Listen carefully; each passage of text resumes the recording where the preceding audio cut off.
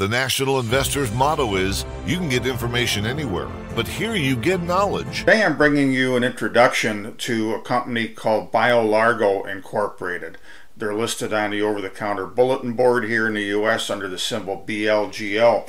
One of the more interesting companies that I've ever come across. They've been a recommendation of mine for over a year now to our paid members. And one of the ways I've explained it to people, especially those who have got some understanding of the mining sector and resource exploration and so forth, is that this company, which is all about environmental remediation, a lot of different cutting-edge technology to make our planet cleaner and safer, our water cleaner and safer, etc. It's very much like a prospect generator. You know, there's a lot of companies out there that have a myriad of properties, all grassroots exploration and so forth, and the model and the hope is that they further one or more of these projects to a place where they can monetize it in a significant way. That might be by bringing in a larger partner, it might be by vending it to somebody, etc. And in much the same way, BioLargo, with several moving parts, several very intriguing businesses, is pretty much put together a portfolio itself of a number of businesses and opportunities that over time we hope it will monetize as well. Now shortly I'm going to bring on the CEO, Dennis Calvert, to give you an overview of the main components of BioLargo's businesses, especially one which right before Christmas they had a major long-awaited breakthrough on. But before we do that, I want to give you a quick, just over 3-minute video introduction, very nicely produced by BioLargo itself, which will kind of set the table for that before I bring Dennis on. So watch and I'll be right back. At BioLargo, we focus on clean air, clean water, and a cleaner earth. We're an environmental science and engineering firm delivering meaningful solutions to some of the biggest environmental challenges that face our planet. A clean tech innovator with a portfolio of products and services to make life better through talent, technology, and purpose. We have an established IP portfolio. We have nearly 100 awarded grants. We have peer-reviewed science, a number of academic reports, and 20 international collaborations. BioLargo is one part brain trust, one part engineering project integrator. Our family of companies develop innovative products and deliver engineering solutions to take our product to market. We are scientists and engineers who discovered that natural cycles in the atmosphere, like the iodine cycle, can be emulated with technology to create more affordable and sustainable solutions for water treatment facilities, air quality control, and clean earth projects. BioLargo developed its technologies from the ground up to help solve some of the biggest environmental challenges of our time. We use less chemistry, less electricity, and more efficient, more reuse. We let nature work for us. Per and polyfluoroalkyl substances, PFAS, or so-called forever chemicals, are now known to contaminate water around the world and cause problems for human and ecological health. There's an enormous global market for PFAS treatment, from drinking water treatment to environmental remediation. Our technology, the aqueous electrostatic concentrator, the AEC, removes PFAS from water effectively, affordably, and in a way that is eco-friendly. It saves our customers money. The environmental impact is 1/1000th of that of a carbon system. We believe the AEC represents the low-cost, high-impact option to help solve this crisis all over the world. The Advanced Oxidative System, AOS, is our patented and innovative advanced water treatment technology that marries advances in iodine electrochemistry with cutting-edge materials engineering. The result is a water treatment platform that provides high-level disinfection against bacteria, viruses, and protozoa, and elimination of hard-to-treat organic contaminants, all while consuming less electricity than any competing technology. We at O&M Environmental have a reputation of delivering the highest quality and most dependable air quality control solutions and deployment systems, even in some of the toughest on-the-ground conditions in the industry. Our products are used by the 5 largest waste treatment companies in the country to eliminate odors and improve the quality of life in the surrounding communities. We've put the right infrastructure in place. We've established the right team. We've landed the right pilot projects, and we've been on a journey of collaboration since our inception. At BioLargo, the hardest work is done. We've done the invention work. We've proven their commercial viability as we grow organically. We have strategic partnerships. We're doing licensing deals. The business opportunities are endless. We now have critical mass in place with the right people at the right time, solving some of the greatest problems facing our Earth. The vision for BioLargo is to be synonymous with clean air, clean water, clean Earth. All right, I hope you enjoyed that. You're going to find a lot more enjoyable here in just a minute because I'm now introducing my buddy, Dennis Calvert, the CEO of BioLargo Incorporated. Dennis, Happy New Year to you also. Oh, Happy New Year. It's going to be a big one. Well, I'm looking forward to it. We're going to get to the big news that you ended the year with in just a second. But Sure. Before we do that, the obligatory slides that I want to put up here real quick, Dennis and or myself may be making forward-looking statements as they're defined by the regulators. So we want you to be aware of that. And secondly, here at National Investor Publishing, we are compensated to do some additional video and editorial work, copywriting and whatnot to help BioLargo tell its story. This is in addition to my having prior to that recommended the company to my paid subscribers at the National Investor. So we want you to be aware of that as well. Couple other quick housekeeping things. Number one, here on the screen, you see again a lot of the contact information for BioLargo. Dennis and I today are going to give you just a really quick Cliff Notes overview of all the moving parts, but there's way more fun at stake here. There's way more involved, a lot more information. So please avail yourself of their website, their resources, sign up for their mailing list.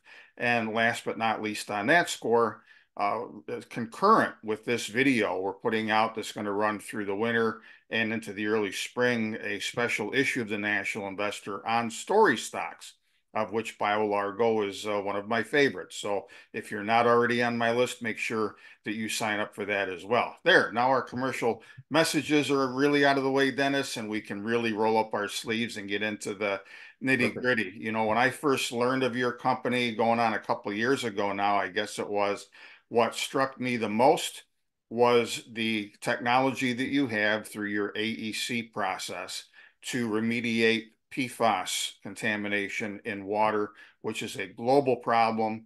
It is widely recognized everywhere you look. And all of us have been wondering, gee, when is BioLargo going to get that first deal? Well, right before Christmas, you got an early Christmas present. You got your first deal. So tell us about, real quick, because we have seen the video, but give us a couple of nuts and bolts about why BioLargo's system is better, more efficient, and cheaper than other remediation programs that are out there, and then into the specifics of your contract with New Jersey municipality. Yeah, sure. Perfect. And thanks for having me. This is great. I'm happy to share it. As you mentioned, it's a long time coming, right? Growing up, he always said, when you get to the state championship game, would you please act like you've been there before? And so we've been at that championship game now for years, and we're finally actually there. But in our mind and with our technology, we knew we'd be there, right? We just knew it. And so now we get to sort of punch that button and say, okay, we got that one out of the way. And there's a bunch more coming. That's the trick. This first one is really good for a number of reasons. Number one is it's small enough to where it's a really nice first start. When you talk about this technology and scale up and adoption, engineers, they worry about perfection, and we worry about perfection. I mean, when we go to market, it's got to be perfect. It can't fail. It's got to hit the mark. It's got to save customers money. Got to do the job. And so the ability to kind of get started this way sets the stage for much greater things. And we've got a backlog of really a pipeline of opportunities. We've been marketing into the space for a little over a year. So to knock one out, and we were actually specified in this project by the client. Specified means it was a public works project. That means it goes out to bid. And we were specified as the technology of choice. That's a big deal. In other words, the client had enough knowledge and comfort that we were going to win on a scaled up design that they said, let's do it, put it out to the general contractors for the construction. So we've actually known this was coming for some time, but then you have to go through all that paperwork and button it up and cross the T's, and that all got done. And so now the purchase orders are placed, the contract's in place. It'll take about 9 to 10 months or so to really get fully installed. We'll recognize revenue as we have deliverables, right? So a lot of this is probably going to show up Q2, well, probably Q3 actually, maybe Q4. And this project's about $500,000, which is awesome. Okay, now in the scheme of PFAS remediation, that's a pretty small account. That's not a big account. And again, go back to the idea of perfection. When we say to a customer, we're going to deliver, I mean, we're going to deliver and we stand behind it. So starting this way and scaling up is a smart move. And our engineers are really happy. We've got some much bigger projects. We always say they range from about $500,000 all the way up to like $7.5 million.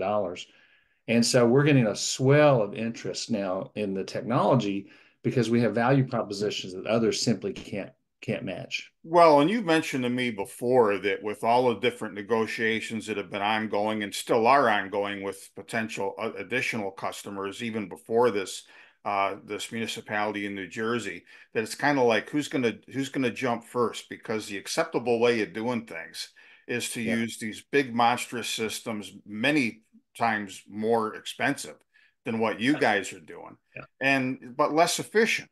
Well, it's terribly inefficient. There's a mandate when you're doing. You got to remember too. Let me back up 2 seconds. And our engineers have been doing environmental remediation for 30 years.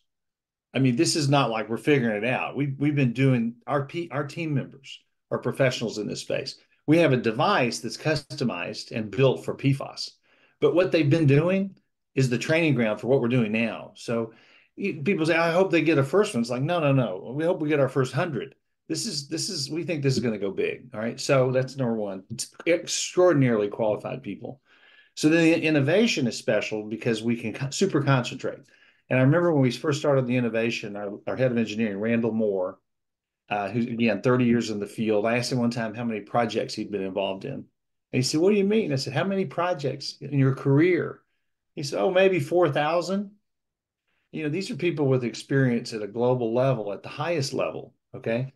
So when we started this innovation, Randy looked me in the eye and he said, look, here's the trick. You have to super concentrate the contaminant. You can't trade one problem for another. Okay, one problem for another, right? And so the industry immediately went into what they knew, which was carbon filters. So carbon's been around forever, and carbon works on a principle called adsorption. So there's this binding effect on the surface of the carbon, and it grabs these molecules and they stick with the sort of electromagnetic charge, and they bind to the surface of carbon. Okay, the problem with carbon is it grabs everything. So you end up with this massive waste stream. Okay, so you got some PFAS out of the water. Good job. Now look at the waste stream. 80,000 pounds of waste. Now what you going to do with the waste? Okay, now Q1, the regulators are passing under CERCLA and RCRA.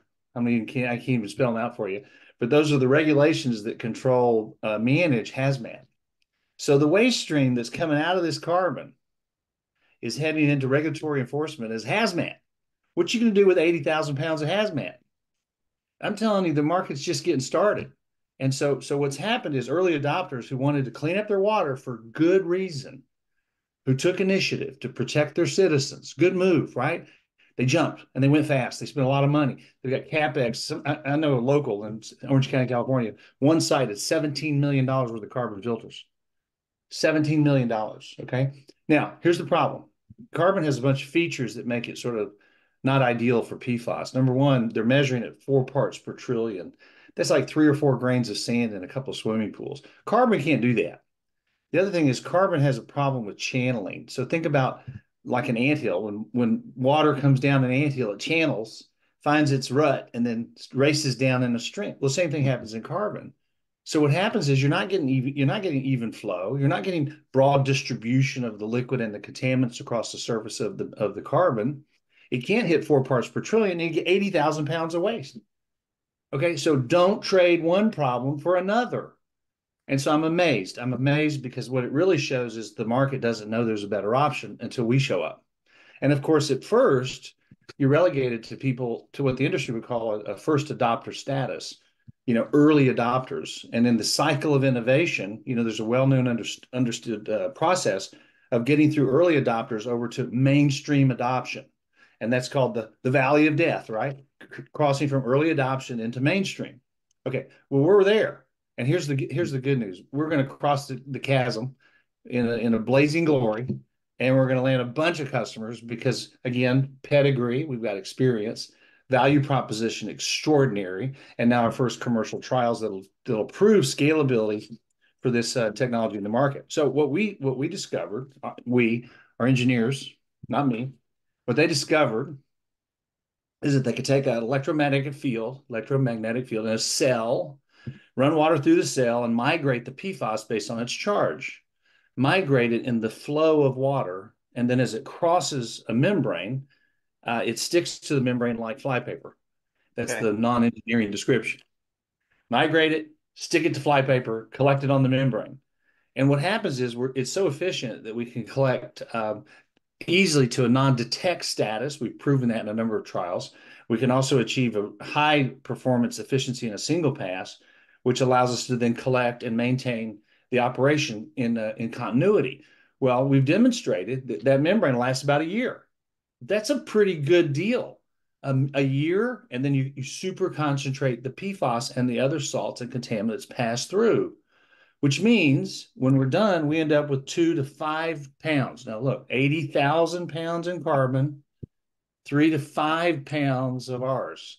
That's what I was just going to ask you, to compare the difference between the waste product. And I think it's kind of a cool story, Dennis, that you're coming along with your better technology, as it appears, at a time when regulators are going to make it more difficult to use the old technology because it is less efficient. And the other thing, I mean, it's understandable if all these PFAS, these forever chemicals, are married to this carbon. Well, they're still hazardous.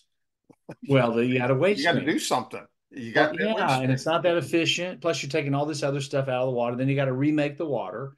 It's really just not a well-suited solution for this problem. That's all it is. Okay, and our team looked ahead and saw what others didn't see. That's it. It's not magic. They look. Our engineers have been doing this for so long. I remember sitting with Randy. He said there was a big outcry for destruction technology. We need destruction technology, in situ destruction, meaning destroyed in the field. Okay, and our engineers looked me in the eye and said, that's never going to happen. It's going to be a hazmat. You're going to have destruction technology in remote, portable, modular sites all over the world when 48% of the drinking water in America is reported to be contaminated with PFAS? No, that's not going to happen. What's going to happen is you need to super concentrate it so you can control it, collect it first, and then manage its destruction. Okay, so what we did is we put that in a service contract. So we say to our customer, look, I've got a machine that will super concentrate on site, and it's so efficient at collection that we end up with 3 to 5 pounds of waste in a year. That's nothing. Now, we can come collect it. We can come destroy it on site. We can handle it for you, whatever you like. We've actually had some government potential clients, not clients yet, say, well, we want chain of custody. And because we want chain of custody, we'd like you to come here and destroy that 5 pounds of waste. And I say, I'd just be perfectly happy to do that for you. We can do that. And so we offer a service that gives a full turnkey solution. And we warrant, of course, we stand behind the machine, no question. And then we have a replacement and a warranty package. So we have a membrane exchange. And literally, we're a turnkey solution start to finish. And it runs for years. I mean, for years. These projects, and one of the early projects we were brought in on that went through stage 1 was a big mining operation. We've talked about it before. Yeah. Big industrial client, huge operation. Well, we went through phase 1 and phase 2, which was the full implementation, paused. It didn't stop. Okay, so people were like, oh, you didn't win the account. No, we just haven't won it yet. And so why do we say that? Because what happens is in some markets, you have to go now. Okay, so what would that be? Drinking water. You have to go now. Okay, you can't, even if the regs aren't fully fleshed out and you're serving PFAS water to customers, come on, really? No, that's not going to work. No. Industry, though, however, is managed through EPA regulatory enforcement. So what happens is if they're not mandated to move now, why spend the money this quarter when I can spend the money next quarter? It's that simple. And so we have a mass of industrial clients who are waiting for the regs to be final so they can make the wise choice. And if you look at the teams that adopted early, they installed millions of dollars in carbon systems. And now guess what? It's not working so good. Yep. Now, look, and again, I want to be more clear. The better way to say it, this is more precise, is it's removing PFAS to a level that's acceptable for drinking water. Great. Okay. In other words, they serve their constituents. But guess what? At extraordinary cost. And they're just getting started with the cost. And so when you look at it, you say, look, good job for taking care of your citizens. Let me show you how to save a fortune. And so in some of these cases, we can actually make those systems work. But we're presenting now, gosh, we're training the trainers. So we're now doing continuing education for engineers nationwide. And one of our key leaders is Tanya Chandler, and she's awesome. 22, 23 now, or 4 years in the water industry, technical specialist, great at public speaking. She's out speaking all over the country now. Wow. And really, we're looking at 2 or 3 projects a week are now being presented. And so this is very important too. When people look at our company, we have 8 technologies and 4 commercial platforms, and they're all finding their way to market. We got a couple of nice wins under our belt and more coming. PFAS is considered probably the strategic one. It's the solution that's timely for one of the biggest environmental challenges that faces the planet, frankly. It's a big deal. And it's at a peak of interest because the government is forcing regulatory enforcement, making people do something about it finally, which is I'll tell you, Dennis, if I averaged it out, I would go back since you and I met, and since I started covering BioLargo going on a couple of years ago, whatever it's been, once or twice a week, I'm reading a story about PFAS someplace. I mean, 3M Corporation with a huge judgment against it, and a lot of stuff they had to do. Was it in the Netherlands? Do you remember that story? There's so many. It's been everywhere in this country, in Europe, and everywhere. So this is a monstrous opportunity. I've heard as high estimates for the total cleanup estimated at 13 trillion, just so you get perspective, right? Yeah. And when it started, it's a couple $1 billion market. And we had a chance to meet with some of the biggest water companies in the world early. Oh, we don't know if this is going to be a real market. I'm like, there's $1 billion worth of business 20 minutes from my office. Yeah. No, this is not going away. This is huge. Yeah, it's a nice business situation for us. It's sad for the world. I mean, these contaminants were used for 50 years. And if you watch the movie Dark Waters, I always tell people, watch the movie. It's on Netflix, I think, right? And it chronicles the legal battle. It's kind of like an Aaron Brockovich story, So it's a drama. It's entertaining. Anyway, it's a good watch. But what happens is when you're done, you go, they knew what they were doing. That's not so good. No. And so people can get kind of visceral reaction. And so that's what's happened. The gig is up, the story's out. Okay, what's up? That stuff shouldn't have been in that environment. And it turns out that little parts per trillion for 50 years that bioaccumulate, right, is linked to cancer and birth defects. Okay. And it's everywhere. It's in our water, it's in our cosmetics, it's food, and it's in our bodies. And so there's a hierarchy of the hit list. And it starts where it's most prevalent, drinking water. It migrates in water. Okay, well, that's obvious. It's also in the air. It's in the snow. It's in the polar caps. I mean, it's on and on and on. So when you go through the hierarchy of business opportunities, people say, well, drinking water. You say, well, yeah, drinking water is a big one, but it's wastewater, it's landfills, it's food processing, it's industrial waste.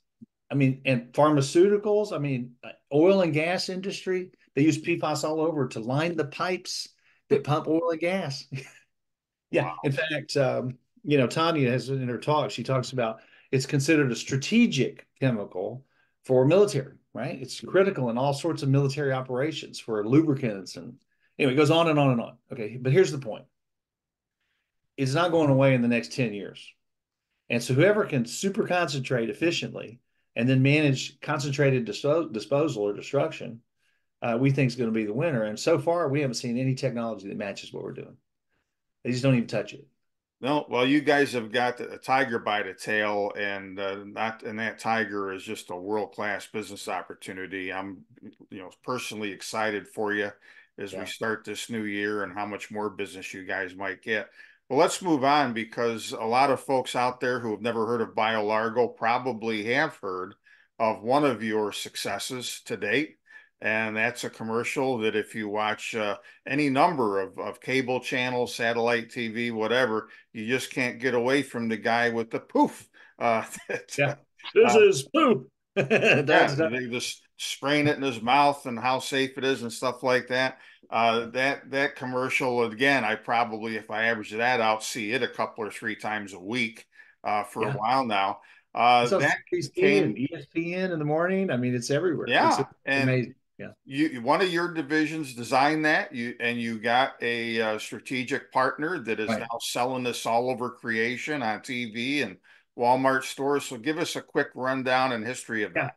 Well, so it's a great story. It's a full circle story for the company. When we started, we did an acquisition, the original BioLargo technology in the spring of 2007. Oh my gosh, I can't believe it's been so long. And when we started, we were struck by the breadth of its potential uses, its high impact for the greater good. I mean, it was just had all the makings of a great business. And we said, it's worthy of throwing a career in. If you told me it was going to take 16 years to find our first commercial success, I'm not sure I would have done it. But that's what it took. And we stuck with it.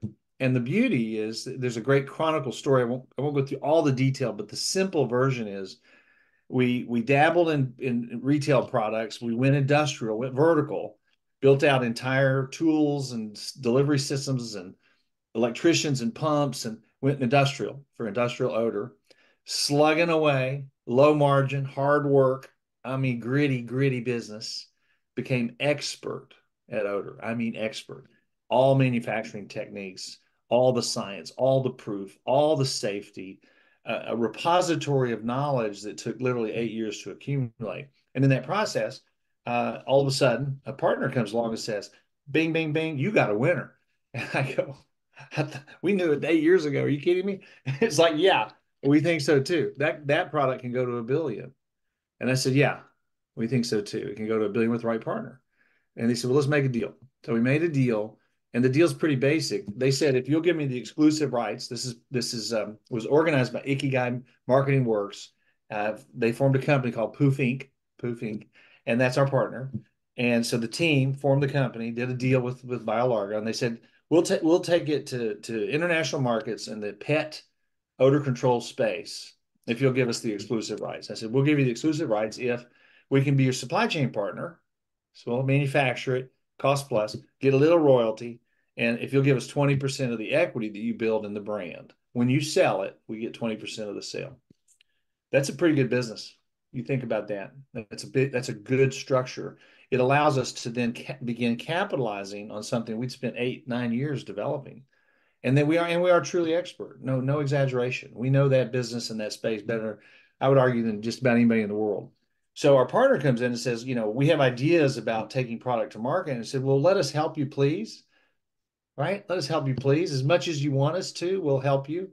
We know a lot. And of course, they know a lot. They've been building brands for 30 years. And when you look at their history, they were the team that helped reposition and market Febreze and Copperfit and Swiffer and Flawless. And they got serious pedigree in their background of creating creative content that creates a compelling value proposition leading to a buy decision. I mean, that's the bottom line. They're very good at it. So they took our story, they made it their own. We fashioned it, shaped it, started test marketing, and they're very much a test and prove company. They test it and modify, test and modify, test and modify. And they're always refining. Okay, so that's perfect. We come in and say, "Yeah, we did the same thing for 8 years. That's why you have this great product." So it's a perfect combination. They did exactly what they said they would do, and they've hit all their marks. And now they're cranking along at about $4 million gross a month, 6,000 to 7,000 customers a day. And as of the end of the year, they're over 20,000 retail outlets, heading towards 25,000 retail outlets. Wow. They launched, direct to consumer, Walmart, Amazon, of course, Chewy, and now there's another 12 or 13 national accounts under contract. And so they report to us. This is very important. A lot of times people say, "What's Pooph going to do?" I said, "Look, man, our partner does the heavy lift there now." So what they report to us is they expect to do 20% quarter over quarter for another year. Okay, well, that's going to be 100% growth. Nice. Okay. Well, Oh, yeah. your end of that has helped your own revenues. I mean, obviously Q4 of 2023 is not out yet, but through Q3 of 2023, you were already well in excess of your previous annual high for Oh, revenue. yeah. No question. Yeah. Almost 100% growth year over year for a couple of years in a row and continuing. So we're Nice. going to continue that trend. Yeah, it's perfect. That's great. And what happens is you get to the point where your cash flow really starts really exceeding your expenses. The beauty is because it's leveraging margin and replication, you're not adding infrastructure to see those numbers increase. I mean, that's the beauty. So all of a sudden, your marginal cash flow is just for BioLargo off the chart. Well, and where BioLargo and BioLargo shareholders should really see the big payday down the road, though, is in your equity that's being built in this brand. I know, and people forget that, and I'm glad you said that, because one of the arguments for the underlying value of BioLargo is the sum of its parts. And so it takes a deep dive. You're not going to see that in the stock price. You got to kind of pull out your analyst hat and dig in. Okay, but for Pooph, Pooph said to us when we started, and this is widely published, public information, we're going to take it to around 100 million in annualized run rate, and then we'll sell it. And when we sell it, it should sell for between 3.5 to 7 times revenue. Okay, so that's 350 to 700 million. All right, we get 20%. Hello, that's a big number. And of course, it's a big number for Pooph, and they deserve it, right? So we made that deal. So underlying this, and again, remember that this is one category in a whole platform of technology. So there's all these other categories that haven't been touched for odor control: industrial, sports, general household, automotive, nursing homes. I mean, it goes on and on, okay? And so we own the platform, they own the pet space. That's great. And then there's new products too that are in our portfolio that, again, we have a significant historical experience with, that include all sorts of absorbents, and all of those are about to launch. So I can't let the cat out of the bag yet, but they're coming like any minute. And they'll be good stuff. Well, and moving on, because we got a couple of big things to cover in a short amount of time. Sure. Biomedical, when you first told me about their wound care products, and this is yet another of your subsidiaries, your incubator companies, it was rather remarkable to me. Give us a really quick, so I want to get onto the battery story. The key for Clear, yeah, no, it goes back to the origin story of the company. Remember, the inventors started the first technology platform to keep his dad safe from infection in the hospital. And, he's a man of faith. And he said, he just put it right here under my nose. Now you got to do something great with it, right? High impact. Who are we, right? We want to make an impact. We want to change things for good. Okay. So that's how it started all the way back 20 years later, almost 20 years. Big struggle. I mean, so hard to break into, high barrier to entry, extraordinarily expensive. And we cleared FDA just before COVID. And we really concentrated on one of the highest value, highest purpose usefulness for the market entry, and that's focused on orthopedic surgery. So we have cleared 510K, and what we've proven is that it's robust. It's a antimicrobial platform that can be used on and in the body, on and in the body, in the body. Did you hear what I said, right? Leave it in the wound bed. It's astonishing. It's not a rinse out product. So when you're doing surgery, you irrigate as a way to provide additional antimicrobial support to inhibit the potential for infection. Okay, it's awesome. And it's so gentle, right, that it's not going to hurt your tissue, and there's no systemic toxicity. And it's got some components that are well understood to help advance the healing part of the body's process. I mean, it's a perfect design. And because of its low concentration, it's able to achieve very high result and have extended functional life, up to 3 days antimicrobial activity with no negative consequence. It also has biofilm efficacy. Biofilm is what happens when a bug protects itself from environmental threat. It protects the little mucosal membrane. Our chemistry pierces the mucosal membrane. Okay, so those features essentially make it potentially, arguably, #1 in the world. We believe it's #1 in the world. Now you have to get that word out, right? That's a big challenge. And you have to clear regulatory, which we did. So now we've got this incredible body of evidence, and we're into the deal-making stage on really finding the right partner. And we've made public disclosure that we're in negotiation with global partners. We think we've got a good shot to head into success in Q1. And we're heading that direction. As we say, we're confident and optimistic. It ain't done till it's done. That's the caveat, of course. But we really wouldn't be talking about it if it wasn't serious. And here's the way I'd say it. That's inevitably the path if it's not Q1. But we think Q1 looks really good. So we're really optimistic. So as I've said many times, if you think Pooph and the impact Pooph has had on the company is great, what do you see this one, Clear Medical? Well, I'm looking forward to that. Last but certainly not least is one of your latest additions to the stable of technologies and products. You told me about this when we saw one another several months ago. You gave me the lowdown on it. A lot of information since. There's a couple of articles I've seen and even white papers from some prestigious global outfits under the title Battery Wars. There's an explosion in technology and competition between companies, between countries. Who's got the lion's share of the raw materials needed? Are they going to be lithium, nickel, cobalt? Are they going to be lithium iron batteries? What types of storage batteries are you going to have? And you were the first one, Dennis, that enlightened me on what a sodium-based and sulfur-based battery can do. And since then, lo and behold, I've seen word about this in numerous other places, a lot of prestigious magazines that we're showing here on the screen right now as we're talking. So you guys were about to start building a couple prototypes of your battery. Tell us how you got this technology and why this is something that may be an up-and-comer. Yeah, so I'm going to go high level because in the interest of time, but it's an incredible story. And why is there an opportunity for us? That's really the question. Who's BioLargo? Who's BioLargo to play in the battery business? That's a decent question, right? Okay, so here's the answer. There's a gap in the market for long duration energy storage. Long duration. That batteries that last a long time in fixed site, not EV. Everybody thinks EV charging, batteries. It's like, no. This is batteries to balance the grid, to offload renewables. There's a thesis that we believe to be true, and that is that the grid's going down.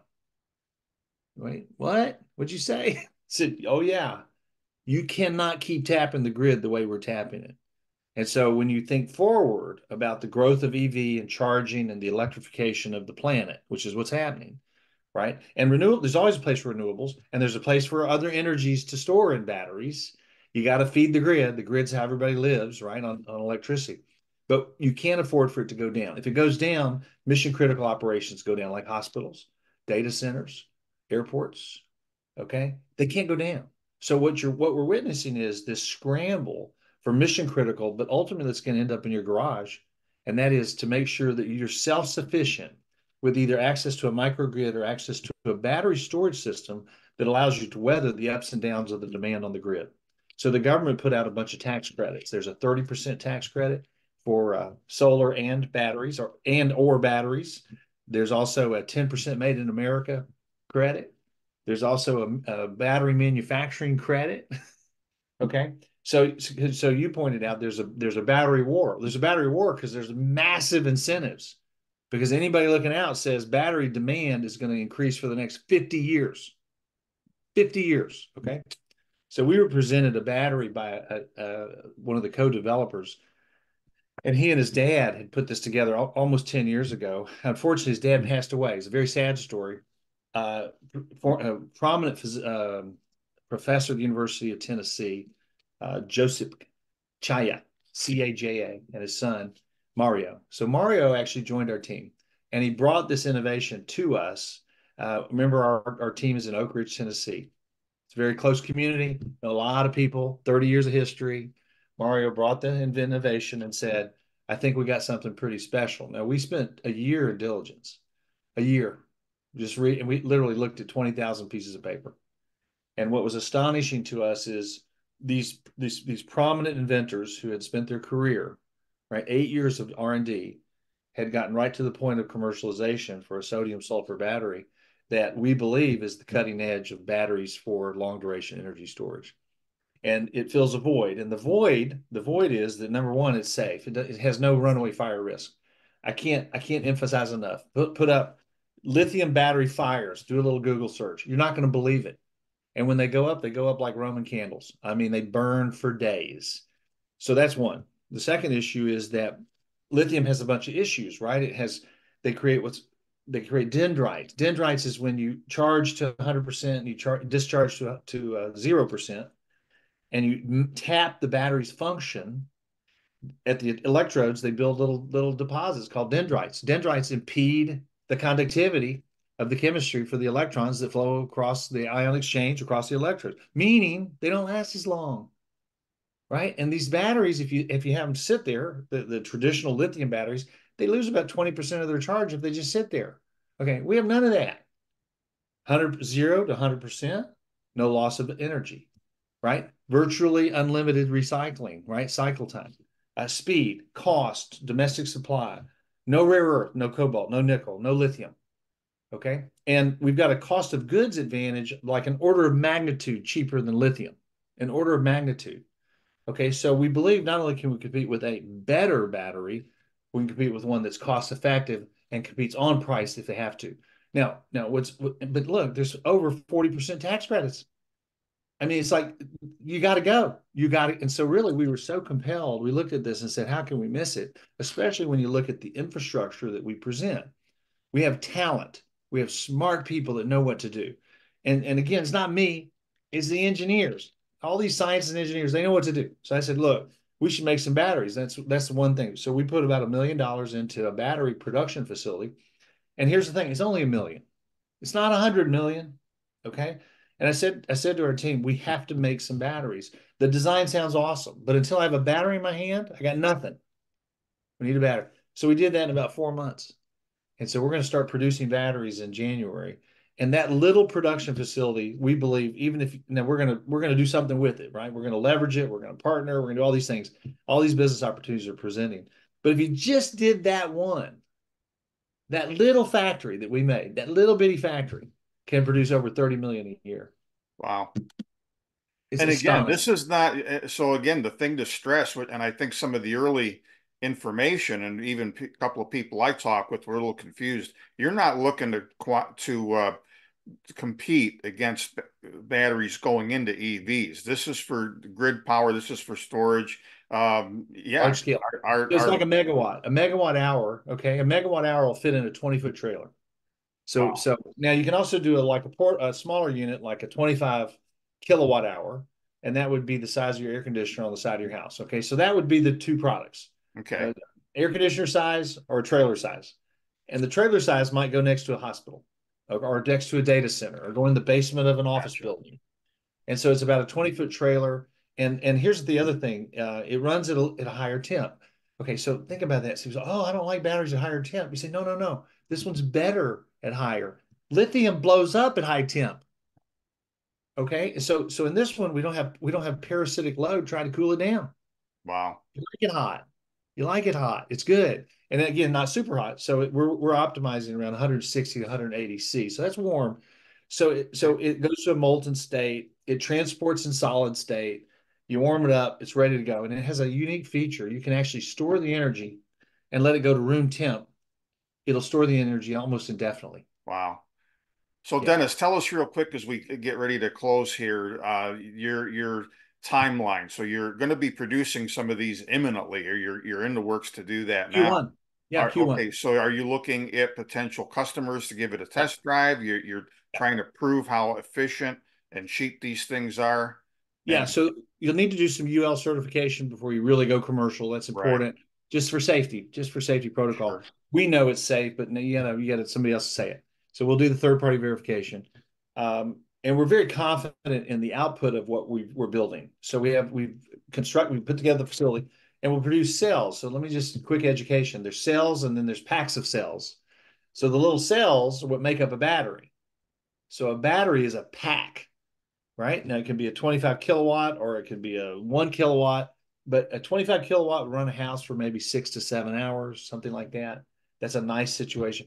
Or a megawatt hour would run a hospital for a day, right? Okay, so that's the order of magnitude. Here's the thing that we learned, and this is one of the reasons I get so excited. There's a number of companies, some of the biggest names in the world, who are backlogged with orders over 2 years. 2 years backlog, okay?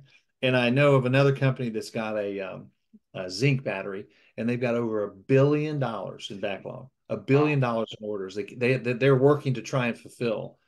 What does it tell you? It tells you the demand is so insatiable that no matter what you scale up for production, you're going to sell 100% of what you make if you have a reasonably competitive battery. We've got features that make it better. Okay, not just as good, better. And so if you have better and you have reasonably scaled manufacturing, you literally can sell out your inventory before you make it. So no, we haven't done that yet. Okay, I've seen it happen. I'm predicting that we'll get orders ahead of manufacturing. And the thesis is real simple. We'll guarantee it's spec. We'll meet spec. It's going to show up. It's going to do exactly what we said it's going to do. But if you don't place an order, you're going to go to the end of the queue. And the queue is a long line. Yeah. So do you want batteries this year, or do you want another 2 years for the other guy? That's what's going to happen. That's an offer they can't refuse, I think, in the end, a lot of them. Well, we'll have to stand behind it. You know, there's the chicken and egg part. You know, people talk about it openly. And so I'm not trying to diminish that. That's real. But the fact that we could put a small facility with our own resources together and have a manufacturing facility in 4 months that can produce $30+ million a year. I mean, you could do 20 of those little projects and you got $100 million a year flowing through this business. And of course, it's technology that others are going to want. So just like Pooph, just like Clyra, right? What do? We invent, we prove, and we partner. Yeah. Okay. So the battery's going to go the same way. The big boys are going to look at this and go, "Oh, thank you very much, Dennis. I'll take it from here." Anyway, it's a great problem. And that's when the cash register really rings. I think so. That's great. Yeah, I mean, it's a great time at the company, you know. And again, I know you said it. You did say it. You got to do a deep dive, you know. Well, I even have old shareholders, you know, they've been here a long time, and they say, "Well, I'm watching the stock." I'm like, "No, you got to watch deeper than that. We're going to blow through that one day, and you'll never look back." And we're anxious for that too. You know, we've got so many people that have supported the business, and we feel obligated, of course, to perform and create and make money for them as an equity holder. And we're just now, you know, I've got analysts covering the company now, and you know what they universally say? It was really painful getting here, but that's behind this company. Yeah. Yeah. And it's important now, you know, like a lot of small cap, micro cap stocks, BioLargo share price has been ho-hum for a while, but that's as the business has grown, revenues have been going up faster, a lot of boxes are being checked, and this is just a really, really cool story, folks. So again, BioLargo is going to be one of several of my favorite stories in an impending special issue on story stocks. Make sure that you are on my list to get that. And here one last time is BioLargo's contact information. Make sure you keep up with them. Spend some time at their website. A lot of cool stuff there that goes into way more detail than we've had time for today. So Dennis, I'm enjoying the ride with you, the success, and looking forward to more of it in 2024, my friend. So thanks for joining me, and we'll look forward to catching up here in person again one of these days soon. And thank you so much. We love it, and go BioLargo. All right, take care. Take care. For much more of the National Investor's cutting-edge content and actionable investment opportunities, make sure to subscribe to Chris's free content at nationalinvestor.com. And don't forget to like this video and subscribe to this channel too. Thanks for tuning in, and we'll see you next time.